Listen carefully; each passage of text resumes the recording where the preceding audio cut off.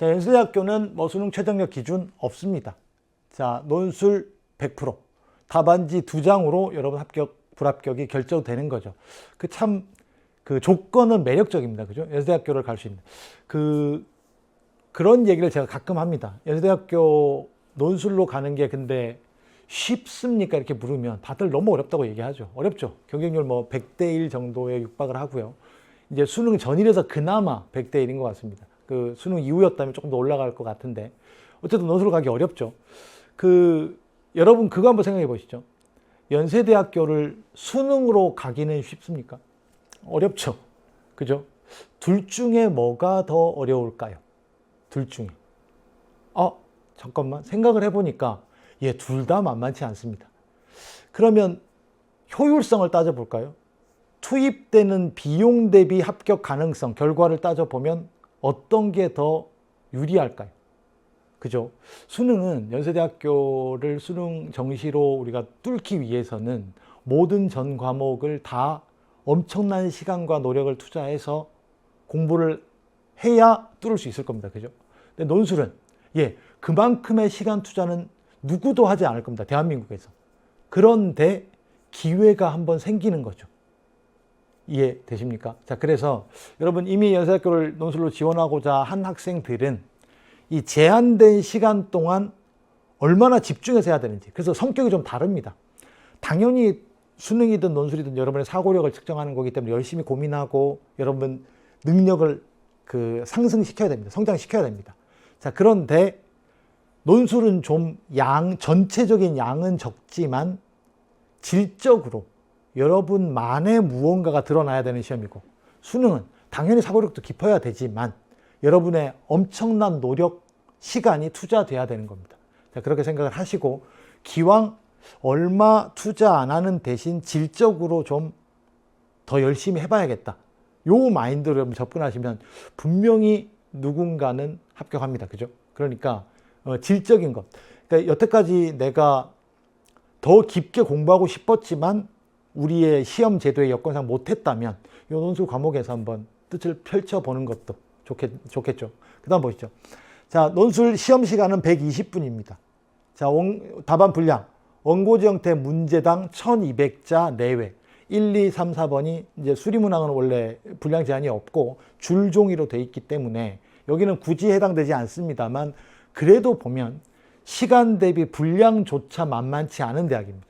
자, 다만 연세대학교는 예전부터 밝히고 있는데 분량에 대해서는 그렇게 예민하게 채점하지 않는다고 말을 했습니다. 즉, 뭐 1200자 내외인데 500자 썼다고 탈락, 600자까지 무조건 써야 합격하고, 뭐 감점이 크고 이렇지 않습니다. 좀 원론적인 얘기지만 필요한 내용을 적절한 분량으로 썼다면, 그러니까 뭐 400자 안에 필요한 내용을 다 썼다. 그러면 좋은 답안이라고 평가할 수 있다. 이런 느낌입니다. 알겠죠? 근데 여러분 이제 연습하실 때는 요 분량 안에 쓰도록 한번 연습해 보는 겁니다. 그리고 아마도 문제를 출제할 때 이렇게 분량을 잡았다는 얘기는 필요한 내용을 좀 압축해서 잘 쓰려면 이 정도 분량은 나와야 여러 가지 내용, 요구한 내용, 뭐 의도한 내용들이 나올 수 있다. 이렇게 얘기를 합니다. 자, 그렇기 때문에 여러분 저기에 맞춰가지고 더 생각을 꺼내보자. 이렇게 생각하시면 될 것 같아요.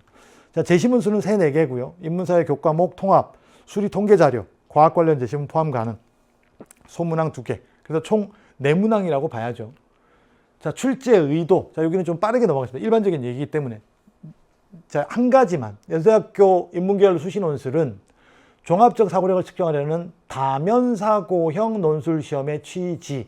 자, 연세대학교가 강조하는 게 다면사고입니다. 자, 이 말은 뭐냐면 여러 각도에서 여러분의 생각을 보여주기를 원하는 시험인 겁니다.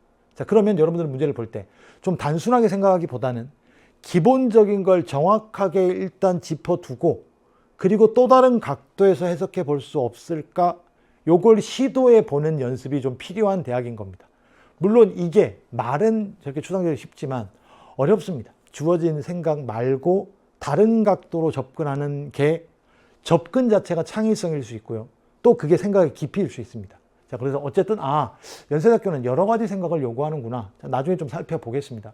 자, 고등학교 교과과정 최대한 반영한다. 그래서 제시문 자체가 어마어마하게 어렵지 않습니다. 교과서 발췌, 교과서 다루는 제시문 내용에 준하여 선정하였다. 이제 다른 대학들에 비하면 연세대학교 제시문은 교과서 자체만을 많이 출제한다고 보기는 좀 어려울 것 같아요.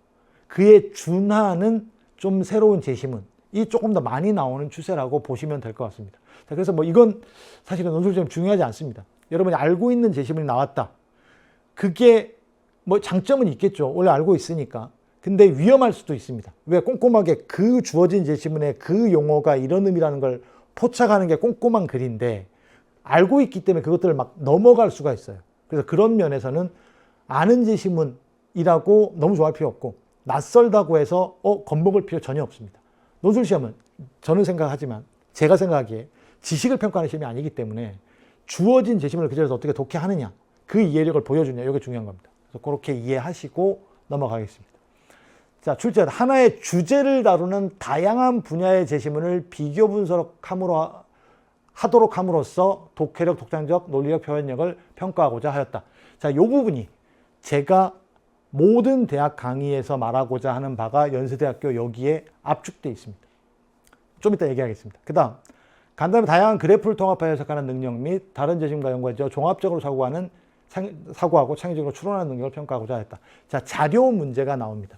자료 문제도 다른 대학에 비해서는 난이도가 있는 문제라고 보셔야 될 것 같습니다. 그래서 거의 모든 문항에서 가장 질적으로 또 접근하기 어려운 측면이 있는 문제인 건 맞습니다. 자, 다만 뭐 정복 못할 완전 낯선 이렇지 않습니다. 본질은 거의 유사한데 그게 조금 더 복잡하게 돼 있을 뿐이죠. 그래서 그렇게 이해하시고 넘어가겠습니다. 자, 대학 측 답안 작성 시 유의사항. 자, 문제 의도와 상관없는 자기주장 전개. 이게 이제 지식, 알고 있는 거 막 쓰는 거죠. 필요 없습니다.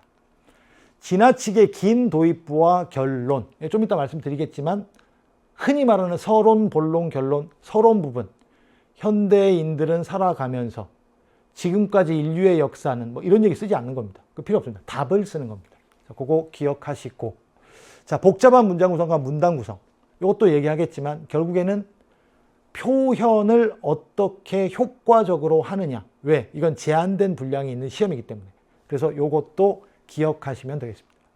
자, 제시문 그대로 옮겨 적기. 자, 제시문 문장을 그대로 옮겨 적는 경우 안 됩니다. 당연하죠. 단어는 그대로 활용할 수 있는 게 훨씬 많습니다. 그래서 여러분들은 어떤 것도 그대로 쓰면 안 된다고 생각하는 게 아니라 중요 단어 핵심은 반복해서 계속 쓰는 겁니다. 자, 다만 문장이나 제일 쉽게는 수식어, 서술어 이거를 가져다 쓰면 그대로 베낀 티가 나니까 그거 안 쓰는 겁니다. 이 문장과 이 부분의 내용이 이런 의미다 이렇게 해석하는 겁니다. 이렇게 이해하시고 적합하지 않은 예나 잘못된 인용 사용하는 것. 자, 사례를 들어서 입증하는 거 좋습니다. 좋은데 이 분량상 자기만의 사례를 장황하게 들 수 있는 경우가 많지 않습니다. 게다가 그 사례를 설득력 있게 딱 제시하기도 쉽지 않습니다. 그래서 이게 금지가 아니라 잘하면 좋죠. 잘하면 아주 좋습니다. 특히나 견해를 묻는 문제에서. 자, 근데 조심하라는 얘기입니다.